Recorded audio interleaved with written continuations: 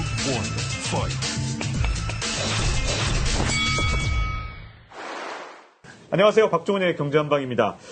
많은 분들이 이렇게 전망이 밝은 반도체 산업에서 외국인하고 기관은 왜 이렇게 주식을 많이 팔고 있는 것이며 또 앞으로 각광받는 분야가 어딜지 반도체 분야에서 굉장히 관심이 많을 것 같은데 김영우 SK 리서치센터 이사님을 모시고 한번 얘기를 나눠보겠습니다. 안녕하세요. 네. 안녕하세요. 자, 제일 먼저 궁금한 거. 네. 아니 반도체 미래가 있고 또 심지어 슈퍼 사이클이 있다는 거 우리가 지난 시간에 배웠잖아요. 네. 그럼 뭐 장기적으로 계속 올라갈 건 거의 분명해 보이는데 네. 그럼에도 불구하고 최근에 외국인하고 기관은 어쨌든 삼성전자를 중심으로 해서 반도체 네. 주식을 좀 파는 편으로 보이거든요. 네. 왜 최근에 이런 현상이 나타났을까요? 근데 이제 그 주가라는 게 이제 항상 각도의 문제인데 네. 슈퍼 사이클이 이제 요렇게 금년에 나타나는 거면 좋겠지만 방향성은 명확한데 이제 사실 우리가 이제 운용사라고 해서 이제 운용을 할 때라고 하면은 무작정 미래 가치를 2, 3년 된 거를 반영하려면 그게 성장성이 확실하고 얘가 독보적이라는 게 있어야 돼요. 테슬라 같은 데는 얘기가 좀 달랐었죠. 네. 그 테슬라는 또 이제 또 다른 이슈가 있었던 게 예를 들어서 이제 뭐 S&P 편입된다더라 이제 뭐 이런 것들 때문에 더 그랬거든요. 근데 한국도 보시면은 중국의 통신 3사가 MSCI 지수에서 빠진다 그러면 갑자기 확 뜨고 뭐 이런 것들 나오듯이 수급의 문제도 사실 저희가 무시할 수가 없는데 지금 너무나 많은 분들이 개인 투자를 많이 하시잖아요. 근데 저희도 얼마 전에 이제 연락이 왔는데, 사실 제가 직접 연락을 받았는데, 펀드 환매하시라고 이렇게. 왜요? 네. 그러니까 충분히 많이 올랐으니까 환매해라. 다른 걸로 갈아타라라고 이렇게 PB들께서 얘기하시는 것들도 꽤 있습니다. 사실은 네. 이제, 제 PB들은 이제 제가 누군지 모르시는 분들도 많아요. 왜냐면 제가 이제 은행에 잘 안 가니까. 네. 온라인 시대니까 요즘은 그냥 콜드콜처럼 그냥 전화가 와가지고, 뭐 네. 누구시죠? 한 다음에 이거 이렇게 얘기하거든요. 그래서 저는 더 좋아질 것 같은데요. 라고 하지만 그런 게 있는데, 실제로 그래서 운용사의 자금이 굉장히 많이 빠졌습니다. 네. 그럴 수밖에 없고, 네. 그리고 이제 연기금이 또 굉장히 중요할 수밖에 없는데, 네. 한국 증시가 세게 올랐다라는 얘기는 그만큼 자산에서 한국물의 비중이 빨리 높아졌다가 되면은 네. 원래 목표했던 비중대로 또 조절해야 되는 그림도 있어서 그래서 기본적으로는 이제 외국인하고 기관이 특정 목표를 넘어가게 되면은 다시 비중을 맞추는 그림으로 가는 것이 맞다라고 볼 수 있겠죠. 네. 거기다가 또 궁금해지는 건 이렇게 반도체 쪽에서 매도가 많다 보니까 네. 혹시 우리가 앞으로 맞이하게 될 뭐 자율주행이나 4차 산업혁명이나 이런 데서 진짜로 더 뜨는 데가 따로 있어서 그런 건 아닐까 이런 생각 좀 해봤거든요. 근데 사실 지금 뭐 실제로 그렇습니다. 그러니까 반도체가 지난해 약간 뭐 연말 사실은 연 좀 한참 후반에 그랬고 연중으로는 테슬라 효과 때문에 이제 2차 전지 쪽이 아주 뭐 어마어마했었죠. 근데 이 현상이 계속되는 건지 아니면 이제 반도체로 이게 슈퍼 사이클을 타고 이제 반도체로 옮겨올 건지 네. 뭐 2차 전지가 떴던 네. 그 지난해 같은 모습이 계속될 건지 아니면 또 새로운 분야 우리가 생각하지 못했던 새로운 분야가 뜰 건지를 21년에 좀 파악을 근데 해야 이제 되지 않을까. 금리가 네. 이제 방향성이 바뀌기 전까지는 결국은 이제 뭐 가는 데가 더 간다고 봐야 되는 거죠. 가는 데가. 근데 만약에 코로나가 잦아진다라 그러면 큰 변화가 생기는 게 있어요. 그래서 지금 보면은 하나 투어나 이런 데가 막 올라가잖아요. 네, 그렇죠. 그러니까 지금 이 코로나 때문에 우리는 너희는 아무 데도 가지 마라. 뭐 집에서 일도 하고 집에서 교육도 받고 뭐 원격 진료 디지털 헬스 뭐 심지어 홈 트레이닝하고 다 집에서 하는 거고 지금 보면은 재난지원금 나눠줄 때마다 너무 좋았어요. 뭐 좀 너무 좋았다 그러니까 이상한데 IT 수요가 너무 좋았다는 뜻이죠. 네, IT 수요. 외식도 안 되고 여행도 안 되고 아무것도 안 되니까 난 괴로워. 그래서 사실은 55인치에서 65인치 TV로 전환하는 게 상당히 시간이 많이 걸릴 걸로 봤었고 실제로 그랬는데 갑자기 다 75인치로 다 이미 다 넘어갔고 그래서 75인치 TV 홈쇼핑 보시면 벌써 200 아래로 막 나오는데 해외에서는 100만 원 깨진 지 옛날 옛적이에요. 네. 엄청나게 잘 팔리는 거죠. 그리고 뭐 애플 아이폰 뭐 거의 뭐 너무너무 히트해서 뭐 진짜 없어서 지금도 막 뭐 색깔 마음에 드는 색깔을 못 하고 이런 그림인데 또 집에서 짜증 나니까 이참에 2,000달러씩 받았으면은 딱 2,000달러면 또 냉장고 바꾸기 딱이에요. 그렇죠. 그래서 지금 보면 모든 게 몰려들고 있는데 지난해 블랙 프라이데이 때 아주 재밌는 일이 있었어요. 네. 뭐 기본적으로 IT 수요 좋았던 건 다 아시잖아요. 그렇죠. 그 중에서 이제 문제가 있었던 게 소위 공급 부족 쇼티지가 났던 것 중에 하나가 이 멀티탭. 저희가 플러그 꽂는. 네네. 그건 뭐 집에 많이 두고 있는. 하도 많이 새 걸 사갖고 멀티탭이 모자랐어요. 심지어 멀티탭이 모르죠. 왜냐면 두 개짜리 멀티탭인데 더 사면 3개나 4개는 있어야 되는 거고. 네네. 예를 들어 PC가 좋아. 근데 노트북도 아니고 PC면은 혹시라도 집에 만약에 또 뭐 프린터나 이런 것까지 혹시라도 바꾸셨다. 아니면 거기에 뭔가 다른 거 샀다. 이제 그렇게 되면은 2개짜리 멀티탭 버리고 4개짜리, 뭐 5개짜리 이렇게 해야 되니까 계속 사는 그림이거든요. 그 정도로 좋았는데 네. 지금 이제 걱정하는 건 그게 바뀌면. 아. 네. 그렇죠. 사람들이 그동안 목말라 있던 건 서비스업이나 여행같이 네. 좀 다른 소비인데 지금 네. 제조업 소비는 특히 반도체 네. 소비는 관련 있는 IT 소비는 네. 이미 2020년에 상당히 많이 해서 지금 집에 다 쌓아놨다 이런 건가요? 그런가요? 아니 근데 사실은 네. 긴 그림으로 보면은 되게 어려운 이제 정말 큰 변화들이 많이 있는데 네. 아마 아직까지는 그걸 잘 못 느끼실 거고 앞으로 진짜 아마존이나 이제 마이크로소프트의 그 인공지능 서비스가 소위 단말기까지 확대가 되려면 또 이게 누군가랑 손 잡아야지 그게 뭐 전 세계에 퍼질 텐데 전 세계 개인한테나 이런 단말기로 퍼질 수 있는 거는 기본적으로 통신사니까 네. 뭐 아마존이 이제 SK텔레콤 같은 데랑 이미 손을 잡았고 지금 보면 이제 엣지 컴퓨팅 서비스도 하고 그러는데 네. 근데 사실 지금 뭐 별로 서비스 받으시는 거 못 느끼시잖아요. 네, 왜냐하면 지난해 12월 24일에 이제 시작했습니다. 그래서 이게 이제 고개를 드는 정도고요. 그래서 21년도는 조금 수급이 좀 중요하고 네. 22년에서 23년 갈 때가 정말로 진짜 치고 나가는 아주 강한 슈퍼사이클이고 금년도는 기본적으로는 지난해에 기저효과가 있었기 때문에 네. 무슨 얘기를 하더라도 작년 상반기는 안 좋았잖아요. 네, 그렇죠. 그래서 작년 상반기에 제일 안 좋은 게 이제 좋아지는 건 뭐냐면은 투자를 감히 할 수가 없었죠. 근데 작년 하반기에 생각보다 뭐 괜찮았다도 있지만 어쨌든 YOY로 봤을 땐 지난해보다 올해가 좋은 건데 지난해 반대로 투자는 안 했잖아요. 네. 그러니까 당연히 이것도 공급과 이제 수요를 봤을 때는 금년도에 지난해보다 확실하게 좋아지는 것은 명확하니까 그런 건데 문제는 이제부터는 혹시 방향이 바뀔 것이 없는지 그 다음에 이제 혹시 금리에서 이상 신호가 있는 건 아닌지 그러니까 지금은 사실 그 금리가 지금 사실 좀비 기업들도 많고요. 그러니까요. 저희도 돈 많이 버신 분들도 있겠지만 지금 뭐 자영업자들 그 어려움을 생각하면은 사실 금리를 쉽게 못 올립니다. 그렇죠.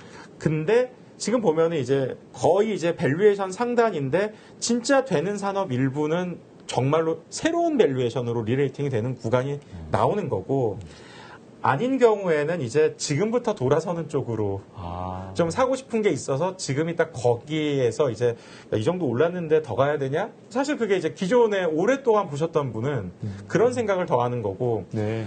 이제 새롭게 들어와서 이제 주식을 하신 분들일수록 다운사이클을 겪어보지 못했기 때문에 네. 좋아지는데 계속 좋아지는 거지라고 생각하는 게 있어서 그 부분이 지금 좀 많이 부딪히고 있는 그림이고 네. 장기적인 추세는 명확한데 근데 한국이 리레이팅 되는 명확한 근거가 하나 있습니다. 네, 어떤 게 있을까요?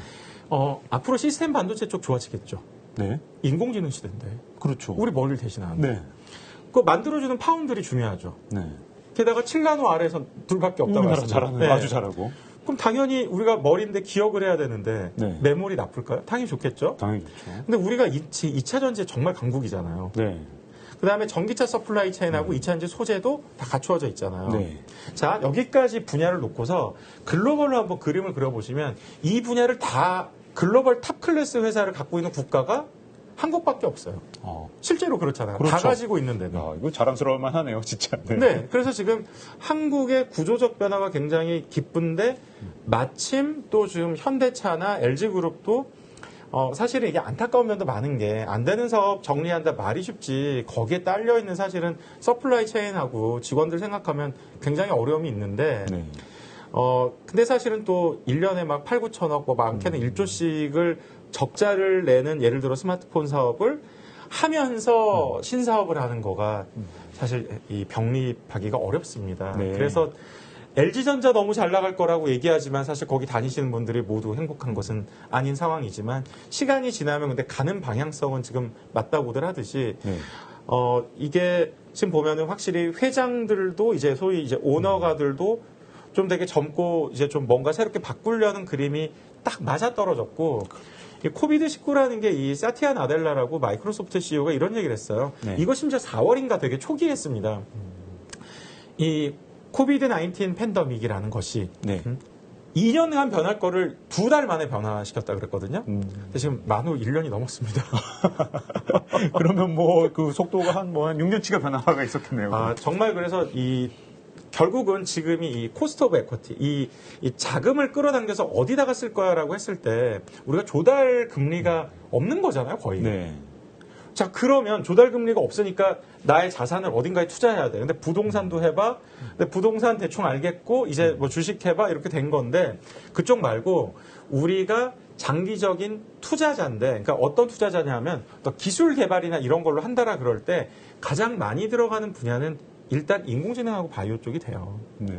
그러니까 인공지능 관련된 게 딱 그 총화가 사실은 맨 처음에 등장한 게 자율주행차가 되는 거고 그 문을 또 고맙게도 테슬라가 전기차가 아닌 일반 차였으면 그렇죠? 네. 또 그런 그림이 되는 거니까 지금 보면 한국의 산업 구조가 일단 지금 코비드 19으로 인해서 바뀌게 되는 거에서는 굉장히 좀 리레이팅 될 수 있는 국면은 높다라고 일단 전망할 수가 있겠습니다. 자, 그럼 말씀을 들어보면 지금 현재 워낙 가파르게 지금까지 올랐기 때문에 그 어떤 밸류에이션 부담이라고 하시는 그 부분은 좀 문제지만 2022년, 23년, 24년 이렇게 가면서 우리나라의 이 기업들이 정말 재평가를 받을 수 있는 기회다. 이렇게 그렇죠. 보시는 거죠. 왜냐하면 글로벌하게 탑티어가 딱 네. 그렇게 있는 게 없거든요. 네. 근데 걱정되는 거는 네. 일단 주식을 오래 보시지 않은 분들은 이 히스토리컬 차트를 거의 무시하시거든요.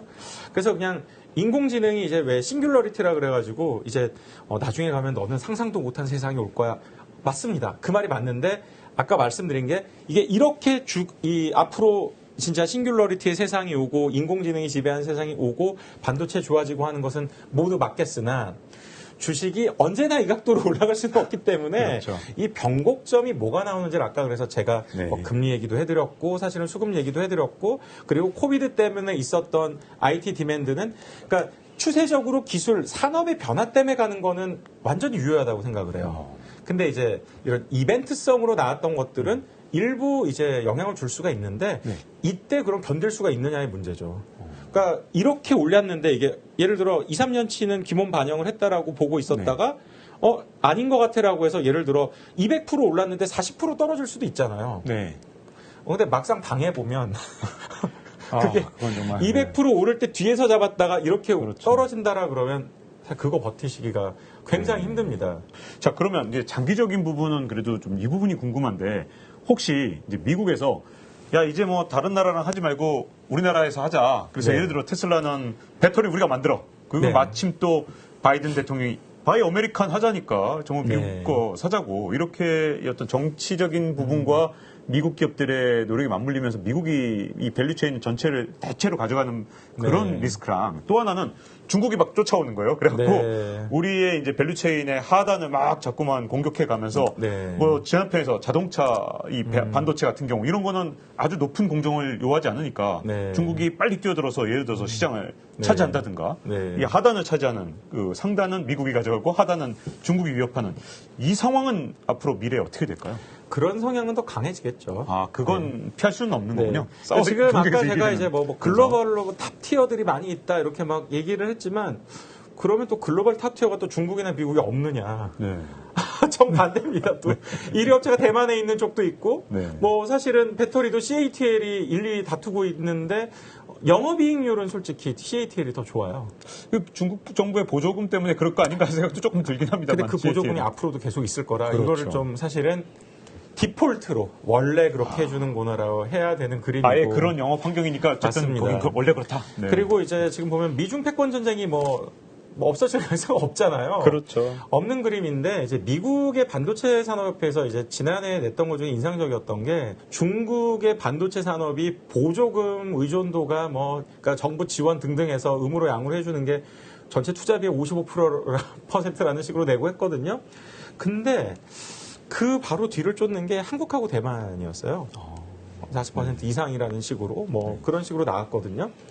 근데 그러니까 이게 약간만 잘못하면 이게 언제나 통상마찰로도 갈 수 있고 다행히 반도체는 지금 보면은 무관세로 왔다 갔다 하니까 그런 거긴 한데 네.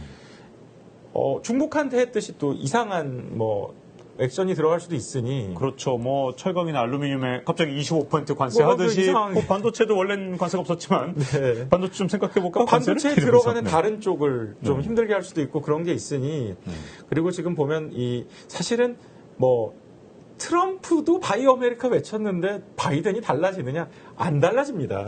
네. 안 달라지는 그림이거든요. 근데 그러다 보니 지금 보면은 그 글로벌하게 보조금이 제일 적다. 정부 지원을 늘려야 된다라는 게 지금 그러니까 미국 반도체 산업협회 쪽의 의견들이 나오고 있어요. 미국에서도 정부 지원금을 만든다고요? 그래서 그건 뭐 이제 지금 최강인데? 보면은 그건 안 돼? 네. 바이 아메리카에 대해서 좀 실제로 좀 우리가 올라탈 필요가 있고 네. 그리고 아직 결정된 건 아니라서 지켜봐야 되지만 만약에 인텔이 제조를 손을 뗀다면 네. 만약에 그러면 그거는 미국에서 안 만들 이유가 없잖아요. 그렇죠. 그러니까 지금 TSMC랑 삼성전자도 그쪽을 노릴 필요는 당연히 있는 거고 네. 그동안은 없었지만 이제 사실 그 뭐 플라잉 이글 프로젝트라 그래서 트럼프 대통령이 이제 나라라 독수리 플라잉 이글 프로젝트를 만들어서 그 위스콘신주에다가 팍스콘의 제조 공장을 만들자라고 했는데 그 위스콘신주 가보신 분들은 알겠지만 거기 정말 낙농업입니다. 기본적으로 아무것도 없는 허허벌판에 있어갖고 진짜 아무것도 없는 데 지으니까 거기다가 그래서 아니 근데 이거 수출 어떻게 할 거야? 그랬더니 뭐 앞으로 철도를 놔주겠다. 철도가 있는 게 아니라 앞으로 놔주겠다. 뭐 이런 식이었거든요. 망했어요. 그냥 아무것도 안 합니다. 거의 다 드랍됐거든요. 처음에 하려고 그러다가 사람도 못 구하고 난리였는데 근데 이제 반도체는 이제 이 팍스콘처럼 스마트폰 제조업하고 좀 다르고 그리고 앞으로 통상 마찰이나 이런 것도 당연히 있을 수 있고 그래서 지금 보면 이제 미국에서 한국을 공격을 전혀 안 할까라고 생각하면 이건 상황에 따라서는 또 가봐야 되는 일이기 때문에 그러니까 미국의 파운드리 같은 것들 좀 증설하는 것은 상당히 유효한 전략이 될 수 있고 TSMC도 지금 보면 대만 기업인데 지금 보면은 중국하고 거래하고 싶은데 지금 못하고 있는데 여기도 미국에다 지을게라고 했지만 뭐 2025년까지 5나노를 짓는다 뭐 2019년인가 뭐 그때 그런 얘기 했는데 2025년에 5나노면 지금의 14나노 만드는 거랑 똑같은 거거든요. 근데 만약에 인텔만 생각이 바뀌면 나는 진짜 세게 간다 컨셉이라서 앞으로는 미국이 중국 차원까지는 올라가려면 좀 시간이 걸리겠지만 좀 상당히 좀 이제 유치하려는 그림이 주정부랑 연계해서 하면 중국 지방정부, 중앙정부 도와주는 거랑 비스름한 그림이 앞으로 나올 수도 있다라는 거. 그래서 그쪽에 대한 실제로 진출이나 이제 투자 확대는 발생할 가능성이 대단히 높고 그런 것이 바람직하다라고 생각을 하고 있고 중국은 반도체에서 지금 보면 좀 어려움을 겪었다고 하지만 이들은 무서운 국가고 이 화수분으로 쏟아내는데 미국이 사람들한테 이 코로나 회복을 위해서 돈을 찍어가지고 이제 소비 진작을 위해서 이렇게 돈을 많이 뿌려주잖아요. 인당 뭐 2,000불씩 뿌리고 이거 여러 번 하고 있잖아요. 그렇다고 하면 이거는 중국 입장에서도 위 하나 찍어내도 환율 걱정이 없는 거예요. 그렇죠. 그러니까 거기도 그렇게 하고 있는데 지금 보면은 한국이 왜 이렇게 GDP 성장률도 작년에 뭐 마이너스 1%인가밖에 안 되고 정말 잘했어. 근데 잘 보면 대만은 못했나요? 대만은 플러스 성장입니다. 그렇죠. 중국보다도 더 높았어요. 네. 그럼 또 중국은 나빴습니까? 중국도 좋았잖아요.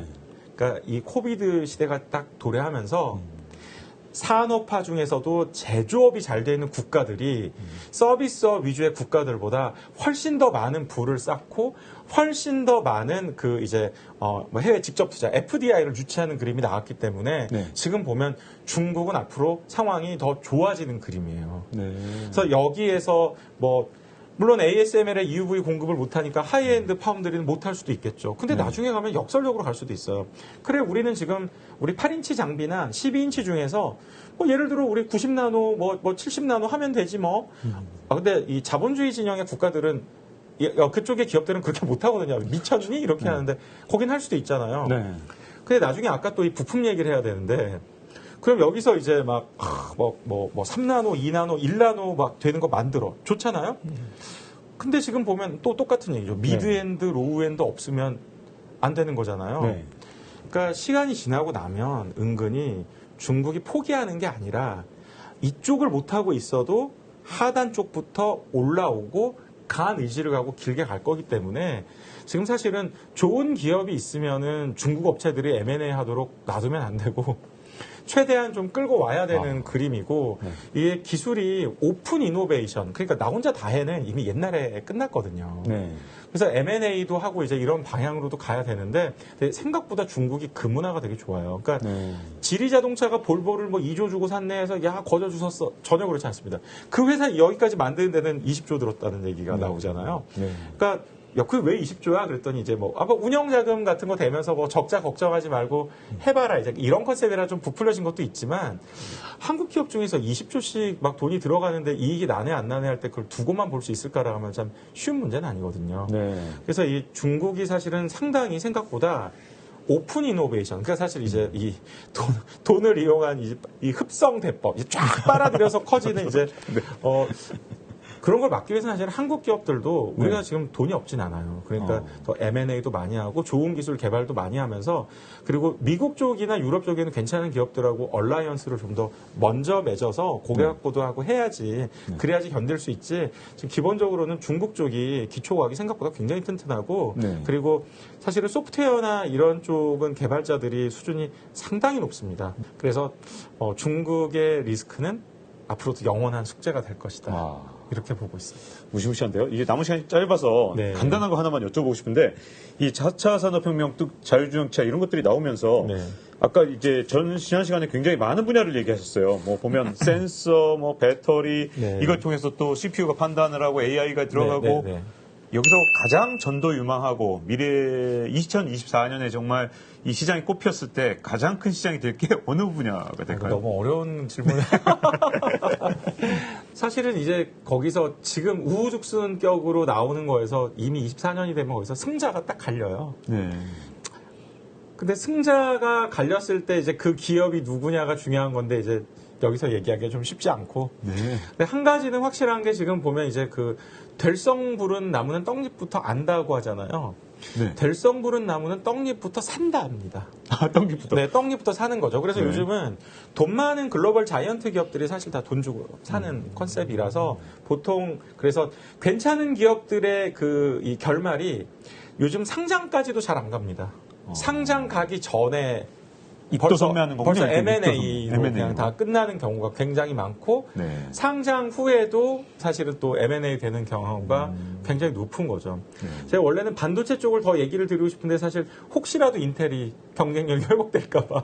회복될 수도 있지 않을까요? 설마 이게 계속 헤매니까 도대체 언제까지 헤맬까 이런 생각이 좀 들긴 하지만 이번에 좀 의미 있는 변화가 좀 있었어요. 그러니까 이거는 이제 잘못 얘기하면 좀 폄하가 될 수가 있는데 인텔이 2014년 15년부터 왜 이렇게 헤맸느냐 얘기를 했을 때 너무 경영학 석사들이 보고서를 많이 만들었다. 그러니까 엔지니어들이 만들면 투박하다까지는 뭐 그럴 수도 있겠죠. 근데 너무 그럴싸하게 해놓고 2014년에도 뭐 걔네들이 얘기하는 예를 들어 기술이 핀팻, 15년도 핀팻, 근데 알고 보면 여기 14나노, 14.